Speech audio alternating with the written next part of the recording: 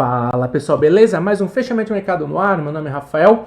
Bom, Ibovespa estava caindo, aí nessa última hora começou a ganhar um pouquinho mais de força, junto com a recuperação do mercado norte-americano, mas que ainda fechou em forte queda. S&P caindo 1,54, Nasdaq caindo 2,25, mas a gente pode ver, né? É uma bela de uma recuperada, estava caindo mais de 2%, né?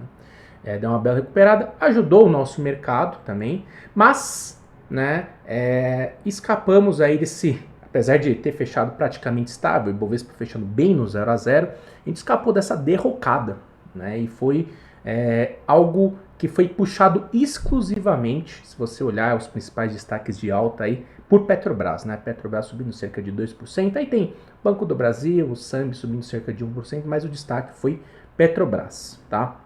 Ajudou, né, nesse movimento de alta. O petróleo não ajudou muito nesse movimento, né, o petróleo caiu 1%, e aí, né, acredito que foi uma reação aí sobre o novo presidente da Petrobras, né, que é o que vai ser o Prats, né, o Jean Prats, que é um senador do PT, e é estranho, né, por exemplo, Petrobras, né, a gente vai falar um pouco mais do gráfico, mas aí praticamente estável, né, uma alta aí cerca de 2%. Por quê? Né, o Prats, isso aqui o time do Itaú descreveu, tá, no relatório que eles mandaram, né, quando vai ser confirmado, né, que ele questionou a atual política de preços, a estratégia de alocação da Petrobras. Ele defende a implementação de uma política diferenciada de preços que minimize o impacto da volatilidade internacional nos preços dos combustíveis.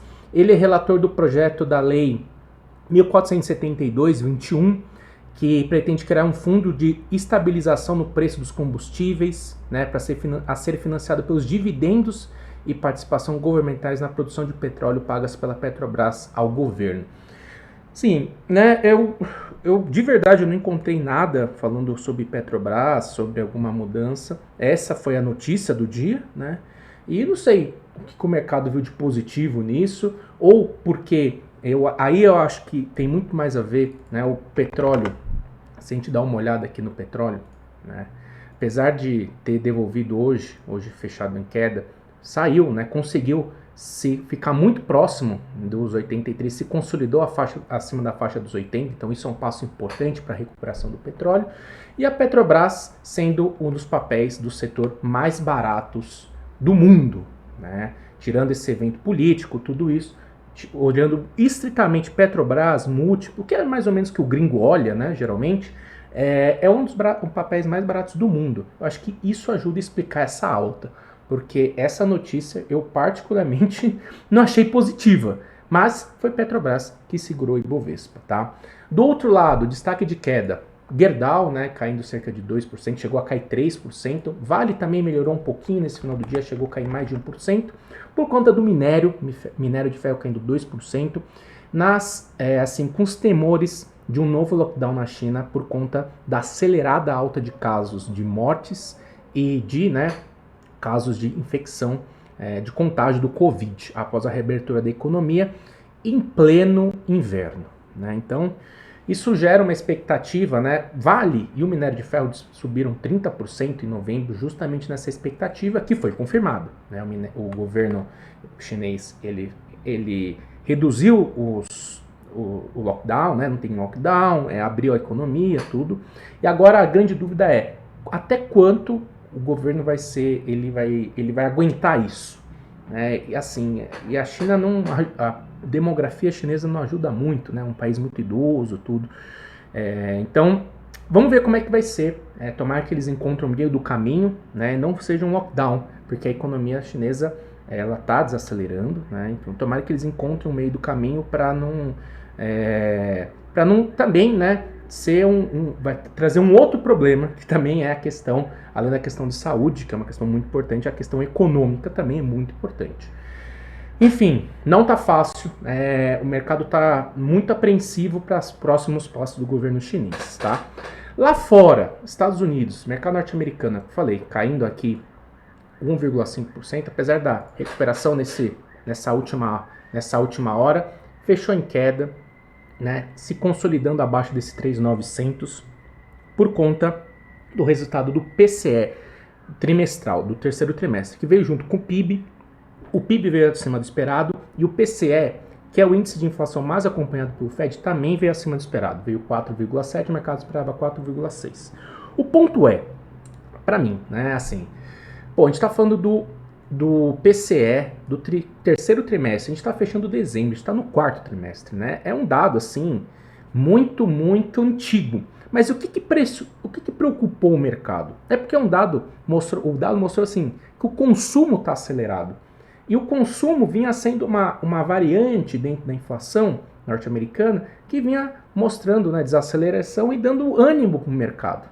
Se o consumo de fato, essa parte da inflação de consumo começar a ganhar força, mostrar força de fato, e a inflação de serviços ela está bem pressionada, em especial por conta do mercado de trabalho, isso pode pressionar ainda mais o Fed a subir os juros, né, e manter os juros altos por mais tempo. Né? Pensar em corte de 2023 vai ser meio complicado. Né? Mas a prova real disso tudo vai ser amanhã, 10h30. Amanhã a gente tem PCE de novembro. Tá? 10h30 a gente tem a inflação do PCE, que é a mais acompanhada pelo Fed, que é a meta de inflação do Banco Central norte-americano, de novembro. Expectativa, número cheio 0,2 e núcleo 0,3. Tá bom? Bom, por aqui, né, também não podemos deixar de comentar que ajudou bastante a queda da curva de juros. Né? A curva de juros agora estava naquele exagero que, inclusive, gerou essa oportunidade que a gente estava comentando, e agora está no nível saudável, vamos assim dizer, né? Que é o 25 projetando aí 13%, que é o 24 projetando 13,70, aqui já está um pouco a mais, né? Aqui a gente está projetando né, 13,75, tá a Selic hoje, até mesmo um viés de baixa, né? Eu acho que aqui o viés de baixa para o ano que vem eu acho um pouco difícil. Né? Então a gente chegou num nível de, né, como a gente estava comentando, a gente chegou num nível de estresse da curva de juro, junto com um nível de estresse de preço, né, sugerindo pelo menos um repique, e agora nós estamos num nível saudável de curva de juros. Tudo bem que é um nível ainda muito alto, por isso que o juro, essa curva de juro alta aqui ainda é um problema para 2023 e 2024, né? Então isso é um grande problema ainda, que o juro vai seguir alto, e por isso que existe um cenário de indefinição muito grande e justifica essa tendência de baixa de curtíssimo prazo aqui, porque a gente não sabe como é que vai ser o impacto do fiscal na inflação do ano que vem. Por isso que esse juro segue muito alto, porque se realmente for pensar, até antes desse novo governo, estava pensando em corte de juros, né? Aqui é praticamente estável para 2024, né? Então, assim, chegamos num nível decente de curva de juros, que é um nível alto, né? E a partir daqui, desses níveis, eu não vejo um motivo para pensar que essa curva de juros vai derreter. E, levando em conta que o Ibovespa está numa região de resistência importante, que foi o último fundo perdido que abriu o caminho para essa tendência de baixa, aqui acredito que a gente tem um ponto de resistência importante, por isso que a gente vem lá no Infobolso fazendo parciais, né, das posições que a gente entrou nesse movimento, e essa é a minha recomendação. Não fique pendurado tentando comprar perto do último fundo perdido dentro de uma tendência de baixa de curtíssimo prazo. E diante da média móvel de 21, que é a principal referência da tendência, de uma tendência, né, e no caso aqui, o início de uma tendência de baixa. Então, aqui é ponto para fazer parcial. Na minha opinião, não é ponto para fazer novas compras, é ponto para fazer parcial. Beleza? Bom, Petrobras foi o destaque de alta, conseguiu, mas assim como em novembro, final de novembro, finalzinho de dezembro, o papel conseguiu ficar acima do último fundo que foi perdido com gap de baixa. Impressionante esse movimento, impressionante mesmo, porque olha o gap com esse volume, impressionante. E testou a média móvel de 21. O importante aqui, se fechar a semana acima do 22,60, existe a chance, por conta, né, de ter anulado essa tendência de baixa de curtíssimo prazo, e por estar em tendência de alta no curto prazo, né, a média móvel de 72 defende, aqui a média móvel do semanal defende essa tendência de alta de curto prazo, existe a possibilidade do papel até mesmo e testar a média móvel de 72. Importante ficar acima desse 22,60. Agora, né, se a questão política voltar a pesar, né, o petróleo desacelerar a alta, enfim, alguma coisa nesse sentido, e perdeu 22,60, aí a tendência de baixa, o viés de baixa ainda existe, né? Enquanto abaixo do 26,75, o viés de baixa é real, mas só acelera a venda de novo abaixo do 22,60.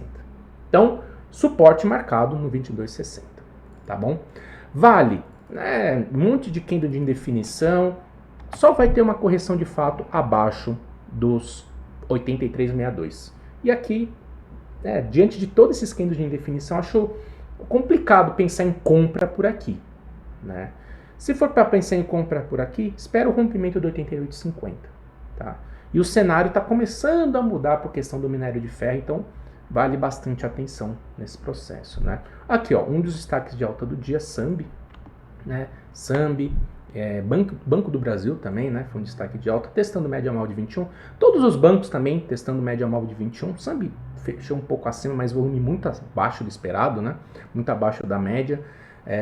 Todos os papéis do banco, todos testando a média móvel de 21. Então, aqui são pontos importantes de resistência, né? O Ibovespa testando a média móvel de 21, os bancos, Vale tem isso, Petrobras testando a média móvel de 21. Então, estamos de fato em regiões de resistência importante, tá? Cuidado. Gerdau, papel, se fechar a semana abaixo desse 29,30, se fechar abaixo, abre espaço para uma correção, e se voltar para cá, é compra. Se mostrar uma reação positiva por aqui nesse 28 aqui, é compra para Gerdau. Beleza? Bom, esses foram os destaques do dia. Deixa eu pegar aqui o que foi mais destaque aqui de alta. Bom, acho que foi isso, né, pessoal? De destaque de blue chip que movimentou o mercado. Foram esses destaques. Em especial, chamou muita atenção foi Petrobras e a curva de juros, que agora está num nível ok, né? Que esse é um nível, assim, uma precificação correta, acredito eu, que é um nível, né, esperar pelo menos corte para 2024, né? Isso eu acho que a gente tem que esperar, porque a gente já vem carregando esse aumento de juros desde 2022. E o que a gente não sabe, como a gente já vem comentando aqui por diversas vezes, é como será o fiscal. E como saber o fiscal só lá em 2023, para a gente entender. E amanhã, né, S&P aí fechando com uma queda de 1,50. Amanhã, dia decisivo, 10h30, inflação do PCE, que é a inflação mais acompanhada pelo FED, porque é a inflação que é utilizada como meta para o Banco Central norte-americano. Beleza? Então é isso, pessoal. Grande abraço e até mais.